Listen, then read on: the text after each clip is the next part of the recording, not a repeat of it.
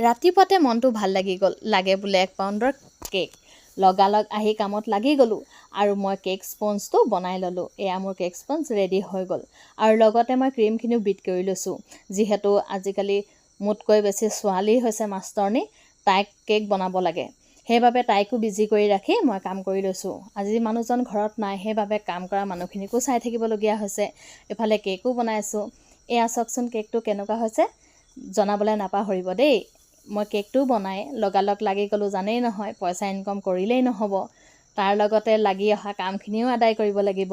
ছোৱালীজনীক যিহেতু বিজি কৰি ৰাখিছিলোঁ, তাইক লিখিবলৈ দিছিলোঁ।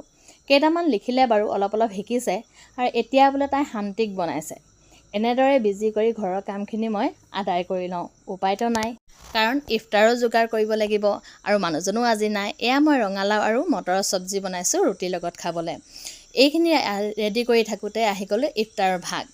আৰু এই আমাৰ খুৰীহঁতৰ ঘৰৰ পৰা দি পঠিয়াইছে আৰু তেওঁ আহিতে লৈ আহিলে চিকেন, আকৌ চিকেনৰ যোগাৰ, লগতে মই চেৱৈ বনাইছোঁ আৰু মোৰ ভজা পোৰা পকৰি যিখিনি বনাবলৈ আছে সেইখিনি বনাই ল'লোঁ।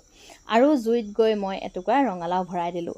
এনেদৰে ৰঙালাও পিটিকা খাই পাইছেনে?